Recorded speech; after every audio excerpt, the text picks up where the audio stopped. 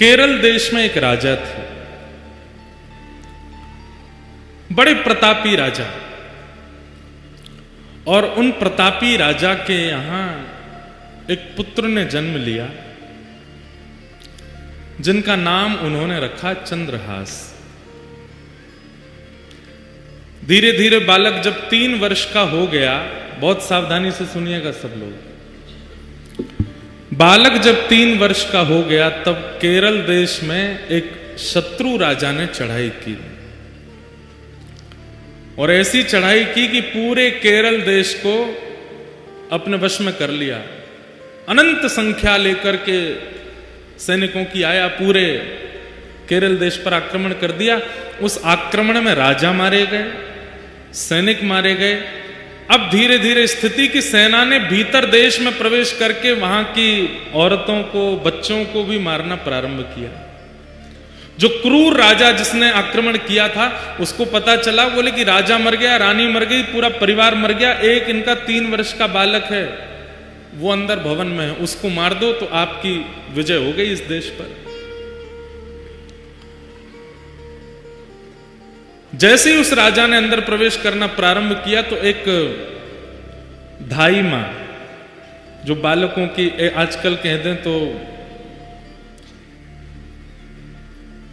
Baby sitter करते हैं ना, बच्चों की जो ध्यान रखते हैं, दूध पिलाना, खिलाना, नहलाना, बड़े बड़े घरों में रखते हैं लोग, एक धाई मां, उनकी एक धाई मां चंद्रहास राजा, चंद्रहास बालक की, उसको जैसे ही पता चला कि कोई आक्रमण में सब मारे गए हैं और अब वो राजा यहीं आ रहा है इस बालक को मारने के लिए, तुरंत बालक को उठा करके उसके जितने राजकीय वस्त्र थे सब उतार दिए, सोने चांदी आदि जो भी उसने पहन रखा था सब उतार करके फेंक दिए। मैले कुचैले वस्त्र जो सामान्य लोगों के होते हैं वो बालक को पहना दिए, कालीत उसके मुख पर पोत दी, अजीब सा उसका रूप कर दिया, केश बिखेर दिए, कड़ूले आदि सब उतार करके फेंक दिए, और अपने सौल में लपेट करके बालक को लेकर के जा रही हैं। बालक से कह रही हैं, 3 वर्ष के हैं अभी चंद्रहास, कह रही हैं कोई अगर पूछे कि ये कौन है तो तुम धाई मां मत बोलना है, बोलना ही मेरी मां है, बेटा आज से मैं ही तेरी मां हूं। माता पिता दोनों चले गए, पूरा राज्य नष्ट हो गया। धाई मां ने बालक को अपनी सौल में लपेटा, गोद में लेकर के पीछे के रास्ते से सामान्य लोग जहां से भाग रहे थे वहीं से निकल के जाने लगी। जगह जगह नाकाबंदी पर सबको देखा जा रहा था। अंदर से राजा ने घोषणा कर दी कि राजकुमार को लेकर कोई भाग गया है, ढूंढो उसको, कहां है। बहुत सुंदर चरित्र बंधुओं, सावधानी से सुनना। बालक को लेकर के धाई मां जैसे ही बाहर आने लगी तो एक सैनिक ने रोका, कौन हो? महाराज मैं तो सामान्य स्त्री हूं, मेरा घर जल गया, पति मर गए, जा रही हूं कहीं, भाग जाऊंगी, मुझे भी मार देंगे नहीं तो। कौन है ये बालक, इसका मुख दिखाओ। बालक का जब रूप दिखाया तो फटे कुचैले वस्त्र पहने, मुख पर गंदगी लपेटी हुई, लग ही रहा था कि धाई मां का ही बालक है। ए बालक ये कौन है? चंद्रहास बोले ये मेरी मां है। ठीक है जल्दी जाओ, निकलो यहां से। जैसे तैसे वहां से प्राण बचा करके उस बालक के वो धाई मां निकल गई। बहुत व्याकुल है चित्त से, इतनी दूर जाना है कि कहीं से भी उस राजा को ये राजकुमार मिल ना जाए। तो दक्षिण केरल देश से चलकर के वो मां उत्तर भारत तक चलकर के आई बालक को लेके। महीनों लगे, साल लगे, कितना समय लगा पता नहीं। और ग्वालियर के पास में जो कुंतलपुर गांव जिसके बारे में हम लोग सुनेंगे, जहां के ये राजा बने कालांतर में, वहां पहुंच गए। वहां के तत्कालीन राजा कोई थे, उनके मंत्री थे, उसका नाम था दृष्टबुद्धि। क्या नाम था? दृष्टबुद्धि। दृष्टबुद्धि के पास जाकर के धाई मां ने कहा, मैं दासी हूं, बहुत निपुण हूं, आप मुझे जो काम कहेंगे मैं करने को तैयार हूं, मुझे कोई नौकरी दे दीजिए। मां को लगा अब उत्तर भारत में कम से कम इतने 1000 किलोमीटर की दूरी है, कम से कम यहां सुरक्षित रहेंगे राजकुमार। दृष्ट बुद्धि, दृष्ट बुद्धि कुंतलपुर के राजा के मंत्री हैं। मंत्री ने जैसे ही देखा, अच्छा ठीक है, हमारे यहां तो बहुत सेविकाएं हैं, काम तो लगे रहते हैं, क्या कर सकती हो? बोले जो कहोगे वो करने को। और ये तुम्हारा बालक, ये तो छोटा है, खेल लेगा यहां बाहर बच्चों के साथ में, ठीक है। और वहां उस धाई मां को एक नौकरी मिल गई, राजा के दरबार में कुछ काम आदि करती। और चंद्रहास राजकुमार, अब पूरा नगर दाई मां को जानता है, जितने लोग जानते हैं सब कहते हैं ये बालक कौन है? बोले कि ये दासी पुत्र है। कहां एक राजमाता का पुत्र, कहां एक राजा का राजकुमार, और अब क्या बन गए हैं? दासी पुत्र। 2-2 दिन तक भोजन नहीं मिल पाता है, रात्रि सोने की व्यवस्था नहीं हो पाती है, दाई मां के साथ ही चंद्रहास रहते हैं। आज चंद्रहास जी एक दासी पुत्र हो गए। कैसा उनका जीवन? छोटे बच्चों के साथ में बाहर गली में खेलते हैं, नाली में गिर जाते हैं, सब कुछ राजकीय अब नष्ट हो चुका है, और दासी पुत्र के नाम से ही जाने जाते हैं। लेकिन ठाकुर जी जब परीक्षा लेने पे आते हैं तो बंधु अति कर देते हैं कई बार। 5 वर्ष की आयु हुई चंद्रहास जी की, और जो दाई मां उनको लेके भागी थी बचाने के लिए, अब उसके प्राण निकलने लगे।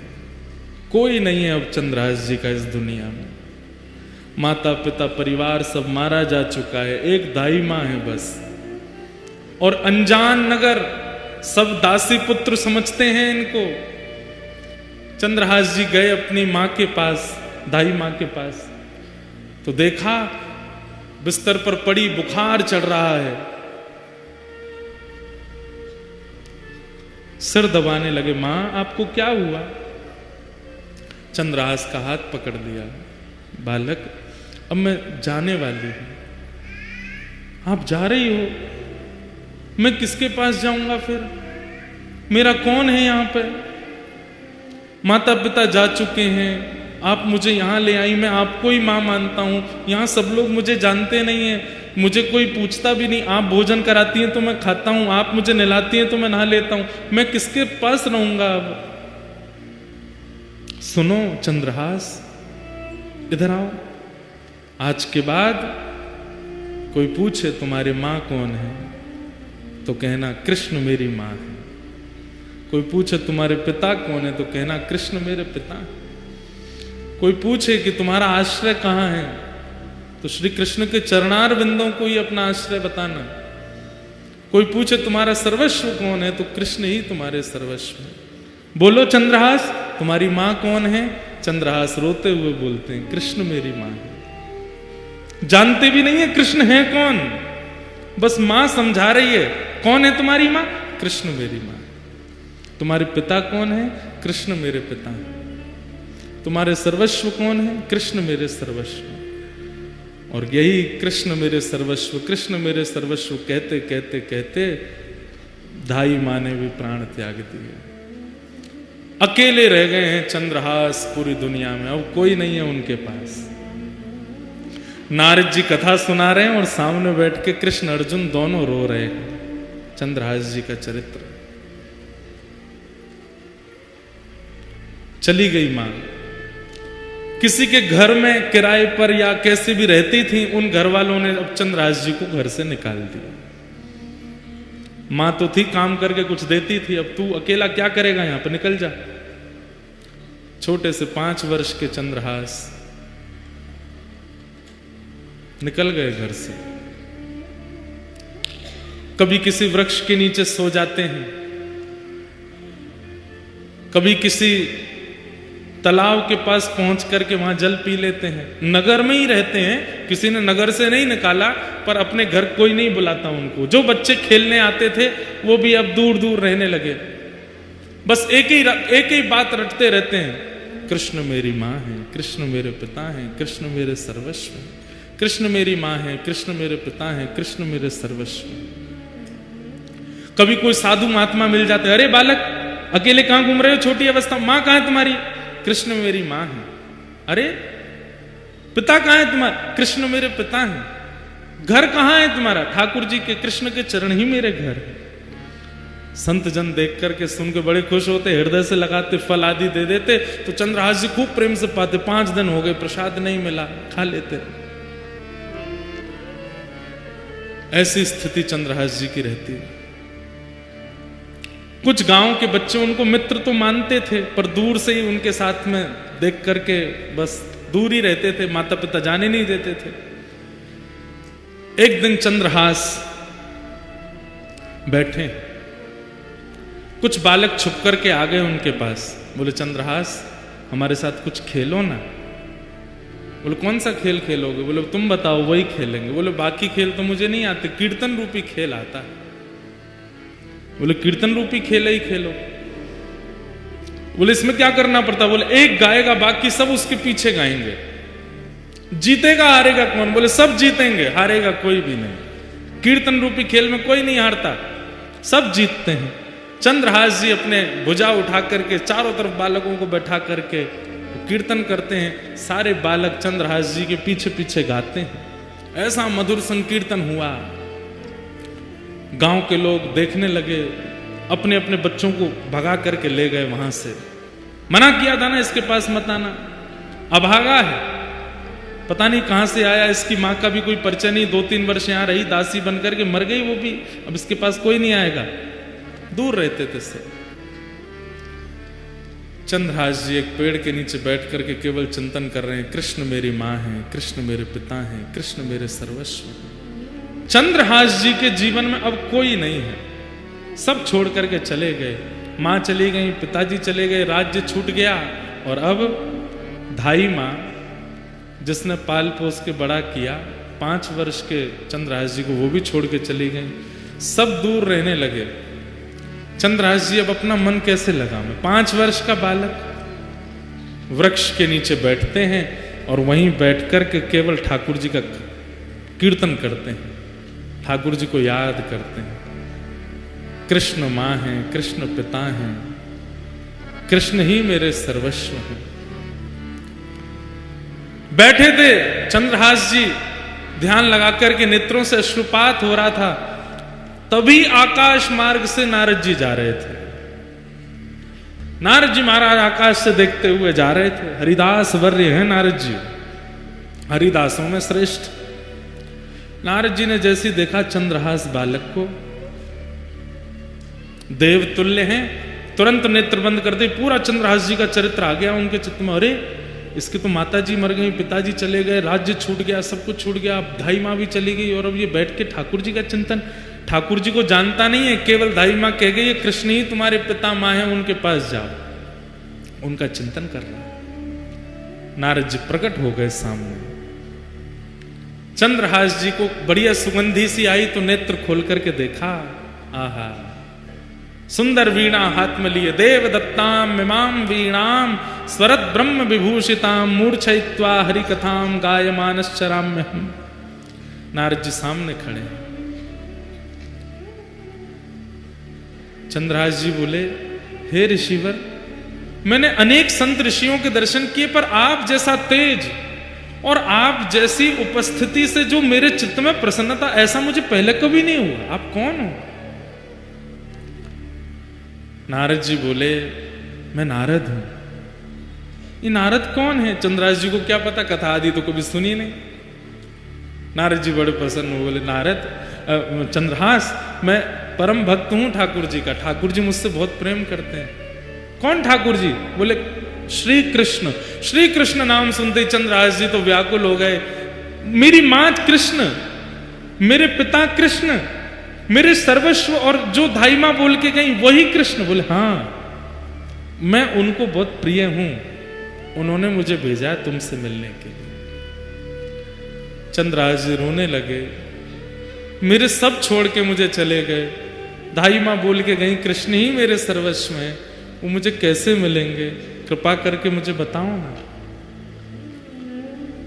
नारद जी महाराज बोले मिलेंगे, जल्दी मिलेंगे, उससे पहले तुम्हें अभी बहुत कुछ करना है और तुम्हारे द्वारा बहुत कुछ होना है ताकि और वैष्णवों को भी प्रेरणा मिले। इसलिए चंद्रहास, सबसे पहले तुम दीक्षा ग्रहण करो, आओ मेरे पास। और श्री चंद्रहास जी को सामने बैठा करके श्री नारद जी महाराज ने दीक्षा प्रदान की। गले में कंठी माला पहनाई, सिर पर तिलक लगा दिया और कान में मंत्र कह करके कहा कि अब नित्य इस मंत्र का जाप करना है। चंद्रहास, ठाकुर जी तुमको मिलेंगे। और अब एक चीज और करनी है, क्या? ठाकुर सेवा। सेवा से मन की मनीलता जाती है। मैं कैसे सेवा करूंगा? मेरे पास तो ना घर है, ना मकान है, ना आसन है, ना सिंहासन है, कुछ भी नहीं है। मैं तो खुद पेड़ के नीचे रहता हूं, कोई आश्रय मुझे मिलता नहीं। कीर्तन गाता हूं तो कई बार लोग कीर्तन करने के लिए घर पर बुला लेते हैं तो भोजन प्रसाद पवा देते हैं। मैं ठाकुर जी की सेवा कैसे करूंगा? बोले तुम चिंता मत करो, तुम्हारे पास ठाकुर जी हैं। बोले मेरे पास? बोले हाँ। कहाँ है? तुम जो गोटियों से खेलते हो, कंचा, उनको लेके आओ। तो खूब सारे कंचे इकट्ठे किए थे चंद्रहास जी, पूरे दिन अकेले क्या करें, उनसे खेलते रहते थे। उन्हीं कंचों में एक बहुत सुंदर श्याम वर्ण के वो शालिग्राम जी थे और उनको भी रखा था। नारद जी ने ढूंढ करके कंचों के बीच में शालिग्राम जी निकाले, बोले ये हैं, ये ठाकुर जी हैं। चंद्रहास, अब इन्हीं की सेवा तुमको करनी। ये ठाकुर जी हैं, मैं तो इनसे खेलता था। तो बोले तो क्या हो गया, पता नहीं था ना तुमको? अब हम बता रहे हैं, ये ठाकुर जी हैं, शालिग्राम भगवान है। फिर शालिग्राम भगवान कौन होते हैं, कैसे होते हैं, पूरी कथा सुनाई नारद जी ने चंद्रहास जी को। ये कौन है, कैसे हैं, कहां से आए हैं, कैसे इनका प्रादुर्भाव हुआ। अभी देवोत्थान एकादशी, तुलसी शालिग्राम विवाह, वो उस दिन शालिग्राम जी का जन्मोत्सव भी है, उसी दिन शालिग्राम जी प्रकट हुए। पूरी कथा सुनाई। बोले गंडकी नाम की परम भक्ता ने भगवान की स्तुति गाई कि मैं यशोदा जी की तरह गोद में खिलाना चाहती हूं। तो ठाकुर जी ने सतयुग त्रेता द्वापर में तो उनकी गोद में वास्तविक में खेले, पर कलयुग आते ही भगवान ने आज्ञा की कि अब देवी ये कार्य नहीं हो पाएगा। गंडकी रोने लगी तो आपकी वाणी सफल कैसे होगी नाथ? तब ठाकुर जी बोले तो एक काम करो, क्या? तुम नदी बन जाओ और हम शालिग्राम बन करके तुम्हारे भीतर विराजेंगे, तुम्हारी गोद में खेलते रहेंगे। और वही गंडकी नदी बन गई, शालिग्राम जी उसमें विराजते हैं। ये पूरी कथा नारद जी ने चंद्रहास जी को सुनाई। चंद्रहास जी ने शालिग्राम जी की महिमा जान करके बड़े प्रसन्न हो गए और कहा, पर गुरुदेव मैं सेवा करूं कैसे? ना मुझ पर चंदन है, ना रोली है, कुछ भी तो नहीं है, ना इत्र है, ना कोई माला है, क्या कैसे करूंगा? तब नारद जी ने कहा, बोले सबसे सरल सेवा है इनकी। बोले क्या? दिखा के खाओ, धो के पी लो। जो भी खाना है इनको दिखा के खाना है, और जो भी पीना है इनको उसमें धो करके ही पीना। अब उस समय चाय आदि तो कुछ होती नहीं थी, दूध था और पानी था। बोले जब दूध पियो तो इनको धो दो, जो बचे उसको पी लो, जब जल पियो तब भी इनको धो दो, पी लो, और जो भी पाओ इनको दिखा के खाओ। अब सुनिएगा कितने सरल हैं चंद्रहास जी। चंद्रहास जी बोले मुझ पर तो जेब भी नहीं है, मैं इनको कहां लिए घूमूं? नारद जी बोले अब तुम देख लो, अब हमने तुमको सेवा बता दी है, तुमको जैसे रुचि लगे। तुम्हारे पास जब गोटी बन के खिल सकते हैं तो जैसे तुम रखोगे वैसे रह भी लेंगे। सोई चंद्रहास जी ने शालिग्राम जी मुंह में धर लिए। बोले गुरु जी ये बढ़िया है। बोले क्या? जो भी खाऊंगा इनको दिख करके ही पेट में जाएगा, जो भी पीऊंगा धुल करके ही पेट में जाएगा। आप लोग ऐसा मत करना, कहीं आप ऐसे करो। जैसे ही मुंह में शालिग्राम जी रखे, नारद जी के नेत्र सजल हो गए। वाह भैया शालिग्राम, इस ब्रह्मांड में दो ही हुए जिन्होंने मुंह में शालिग्राम रखे, या तो गोपाल जी या चंद्रहास। या तो गोपाल जी ने मुंह में ठाकुर जी रखे। आज भी कहते हैं कि वो गोपाल शालिग्राम जी विराजमान है व्रज में। कई लोग बोलते हैं व्रज में विराजमान, कई बार उन पे दो दतुइयां भी गड़ी हुई हैं, ठाकुर जी काट गए उनको, दो दांत भी बने हुए। नारद जी ने हृदय से लगा लिया, वारे चंद्रहास तेरी भक्ति बहुत सुंदर है। छोटे से शालिग्राम जी को अपने मुंह में रखते हैं चंद्रहास जी, जो भी खाते हैं उस खाई हुई वस्तु को शालिग्राम जी देख लेते हैं, पा लेते हैं, मुंह में लेके वस्तु कहते हैं, है शालिग्राम देख लो का खा रहा हूं, पा लेते हैं। जब जल पीते हैं तो शालिग्राम जी का स्पर्श होके चला जाता है। ऐसे चंद्रहास भक्त। नारद जी ने उनको पूरी विधि बता दी, भजन कैसे करना है, नियम कैसे करना है। नारद जी महाराज ने समझा दिया सब, खूब प्रेम से अपने गाल में रखते, सेवा करते। फिर नारद जी ने कुछ व्यवस्था बता दी, तो फिर मुंह में एक आध दिन ही रखे, फिर नारद जी ने आगे कुछ व्यवस्था कर दी, तो वैसे रखते थे। पर कथा प्रसंग ऐसे ही कि उन्होंने मुंह में ही धल लिए थे पहले। अब चंद्रहास जी बड़े प्रेम से सेवा में लग गए ठाकुर जी की। चंद्रहास जी सेवा करते हैं ठाकुर जी की, और बस प्रार्थना जैसे गोपाल भट्ट जी करते हैं कि हे नाथ, प्रहलाद के लिए खंभ से प्रकट हो गए थे आप, मेरे लिए शालिग्राम जी से प्रकट नहीं हो सकते।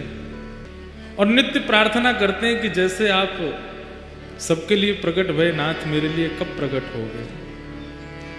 ठाकुर जी से निवेदन करते हैं, वंदन करते हैं, प्रार्थना करते हैं। अब तो बच्चे आते हैं उनके पास खेलने के लिए, सब गोटियां रखते हैं, गोटियों का ही सिंहासन है, उसमें शालिग्राम जी विराजमान रहते हैं बीच में। बच्चे कहते हैं हमको और नहीं, यही वाली गोटी चाहिए। कहते हैं गोटी नहीं है, ये तो मेरे प्राण हैं, ये तो मेरे जीवन है, ये तो मेरे सर्वस्व हैं। बच्चे उपहास करते हैं, गांव के लोग उपहास करते हैं, बोले गोटी को भगवान मान करके पूछता है, गोटी को भगवान मान करके। घर घर जाते हैं, प्रार्थना करते हैं, मोए रोटी नहीं चाहिए, मैं आपको वापस कर जाऊंगा, मेरे ठाकुर जी विराजमान, उनको भोग लगा दूं। जाते हैं, भोग लेते हैं, अपने ठाकुर जी को अर्पित करते हैं। अर्पित करने के बाद फिर वापस उसी घर में जाते हैं, भोग लग गया ठाकुर जी का, अब आप पालो। तो दया करके घर के लोग कहते हैं नहीं कोई बात नहीं चंद्रहास, तुम ही पालो। चंद्रहास जी बड़े सुंदर थे। कई बार गांव के लोग उनके रूप माधुरी को देख करके बोलते थे, कितना अभागा है, इसका भाग्य कैसा है कि इसकी माँ इसको लेके आई, चल बसी, आज इसका कोई भी नहीं है, पर इसका रूप देखो कितना सुंदर है, इसके रूप माधुरी आदि सब कितनी मनमोहक है। धीरे धीरे चंद्रहास थोड़े बड़े होने लगे, ऐसी स्थिति में ही रहते थे। तो धृष्ट बुद्धि जो मंत्री था उस नगर का, उसकी एक बेटी थी और एक बेटा था। बेटी का नाम था विषया। क्या नाम था? विषया। और बेटे का नाम था माधव।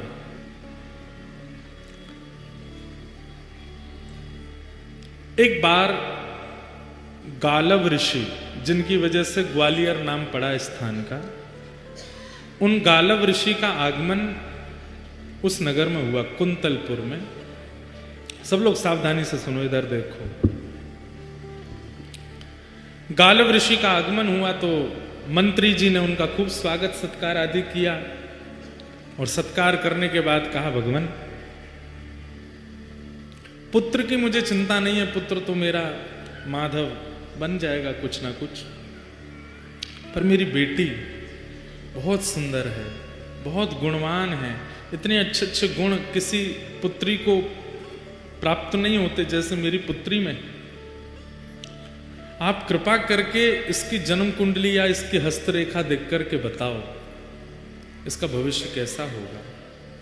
और मुझे सबसे बड़ी चिंता तो है, मैं बोल नहीं पा रहा हूं, पर इसका पति कौन होगा, किससे इसका ब्याह होगा। गालव ऋषि बोले लाओ दिखाओ। जैसे ही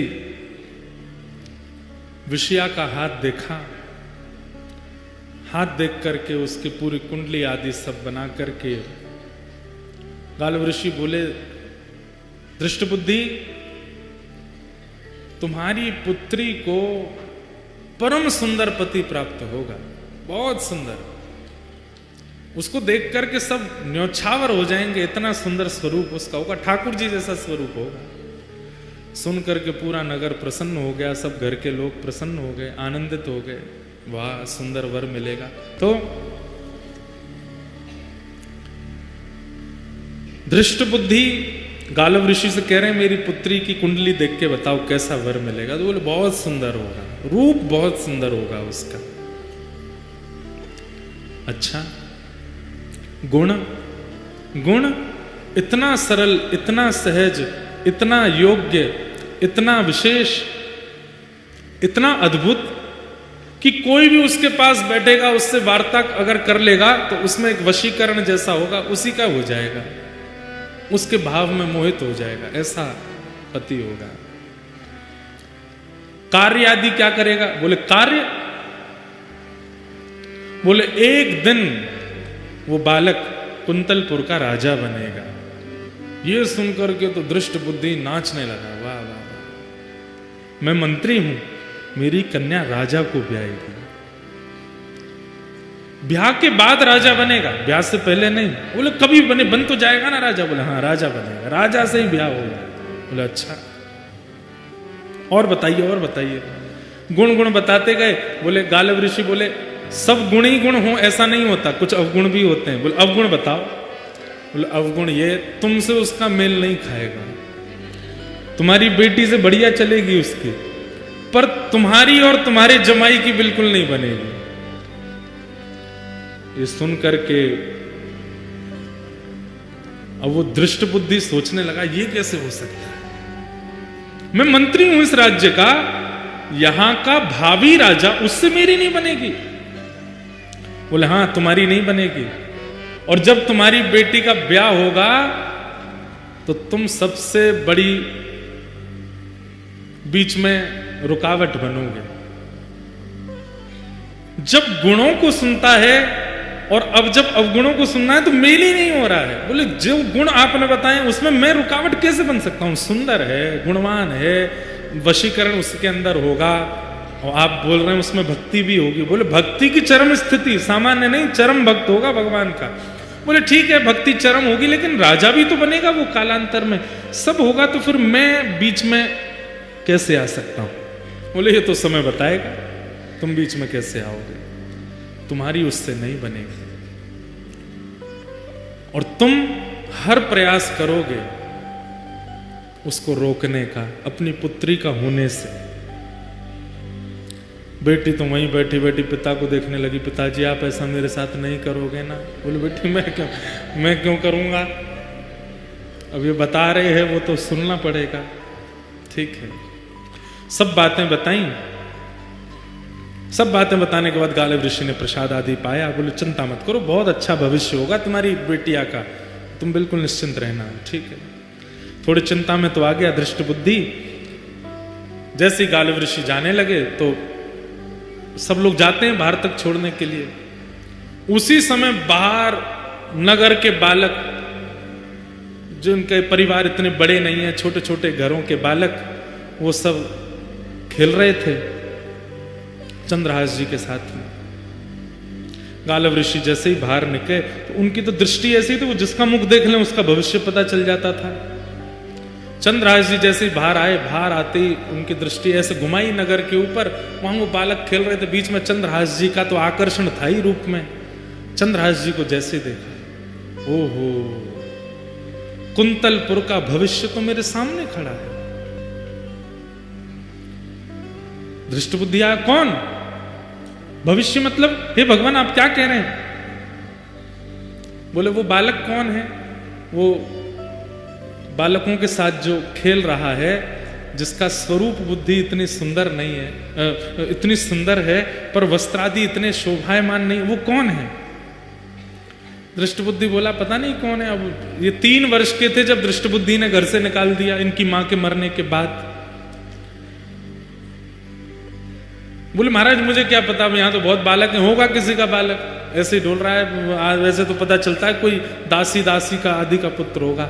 इतने में ही दृष्ट बुद्धि का पुत्र आया माधव। बोले हाँ पिताजी भूल गए, ये कौन है? बोले कौन है? बोले एक दासी नहीं आई थी हमारे यहाँ छोटे बालक को लेकर के, जिसने कहा था जो सेवा करोगे करूंगी, उसने प्राण त्याग दिए थे ये जब छोटा था। हाँ हाँ हाँ हाँ, एक आई थी, केरल देश से आई थी। बोले हाँ, वो जो बालक जिसको छोड़ के वो मरी, वही बालक है। गालव ऋषि बोले ये वो बालक है? बोले हाँ महाराज, वो इसकी माँ हमारे यहाँ दासी थी, उसी का पुत्र, माँ मर गई, अब रहता है इधर उधर ही घूमता रहता है। गालव ऋषि बोले इसको पास बुलाओ। पास बुलाया, सामने आकर के खड़े हो गए चंद्रहास जी, हाथ सिर पर रख दिया। स्पर्श नहीं करते थे गालव ऋषि किसी का, चंद्रहास जी के सिर पर हाथ रखा। बोले कुंतलपुर का भावी राजा है, इस नगर का राजा होगा। सुन करके धृष्ट बुद्धि बोला आप क्या बोल रहे हैं? इसकी मां का पता नहीं, पिता इसके हैं नहीं, परिवार कोई है नहीं, ये राजा कैसे बन सकता है? राजवंश का राजकुमार राजा बनेगा? बोले मैंने जो बोल दिया वो होगा। और सुनो, देख लेना प्राण नहीं निकल जाए ये बात सुन के तुम्हारे। बोले क्या? तुम्हारी बेटी का भी इसी से ब्याह होगा, तुम्हारी बेटी विषया का इसी से ब्याह होगा, यही तुम्हारा जमाई बनेगा। सुन करके धृष्ट बुद्धि मूर्छित हो गया। गालव ऋषि की बात धृष्ट बुद्धि के दिमाग में नहीं बैठी। उठ करके खड़ा हो गया धृष्ट बुद्धि। और अब स्थिति हो गई, अभी अभी बता के गए हैं कि तुम विपरीत हो जाओगे, तुम सबसे बड़े अनर्थ का कारण बनोगे, तुम हर प्रकार से रोक टोक करोगे, आदि आदि सब बता के गए हैं। और ये भी बता गए कि यही तुम्हारे जमाई हैं आने वाले। अब उठ करके खड़ा हुआ, जैसे ही देखा चंद्रहास को, फटे से कपड़े पहन रखे थे, धूल मिट्टी लगी पड़ी है, सोने का ठिकाना नहीं, बाल कब से धोए नहीं, जटा बन गए हैं। और अपनी पुत्री को देखे विषया को, ये नहीं हो सकता, असंभव है, ये मैं होने नहीं दूंगा। भीतर चलो, बच्चों को भीतर ले गए, किवाड़ बंद कर दी। गालव ऋषि अपना कहका करके सब चले गए वहां से। अंदर आते ही विपरीत प्रवचन करने लगा। बोले ऋषि जनों की कोई बुद्धि तो होती नहीं है, सठिया गए हैं, ऐसे कुछ भी बोलते हैं और ऐसा कोई भाव नहीं है। और बेटिया तू चिंता मत करना, एक श्रेष्ठ राजकुल का बालक आएगा, उससे तेरा ब्याह करूंगा मैं। विषया बोली पिताजी, महाराज जी बोल के गए थे कि आप होने नहीं दोगे ब्याह, आप वही कर रहे हो। अरे उससे ब्याह कराऊंगा मैं तेरा, देखे उसके वस्त्र, देखे उसके कुल का कोई पता नहीं, आदि आदि सब बोलने लगे। बोले संतों की बात ज्यादा नहीं सुनते, और ये सब आपने ही सिखाया था पिताजी, घर में ऋषियां में तो उनके चरण धोना, उनको प्रणाम करना, माला पहनाना, सब करना। आज से सब बंद, कोई संत नहीं आएंगे, कोई ऋषि नहीं आएंगे, किसी की बात माननी नहीं, किसी को हाथ नहीं दिखाना, किसी को कुंडली नहीं दिखानी, और इसका तो मैं देखता हूं क्या करना है। और उसी समय से दृष्ट बुद्धि लग गए किसके पीछे? चंद्रहास जी के पीछे। एक प्रकार से चंद्रहास जी की जो कथा है वह भक्त चरित्र भी है और एक विशुद्ध प्रेम कथा भी है। अद्भुत कथा है। नारद जी सुना रहे हैं, अर्जुन और ठाकुर जी बैठ करके श्रवण कर रहे हैं।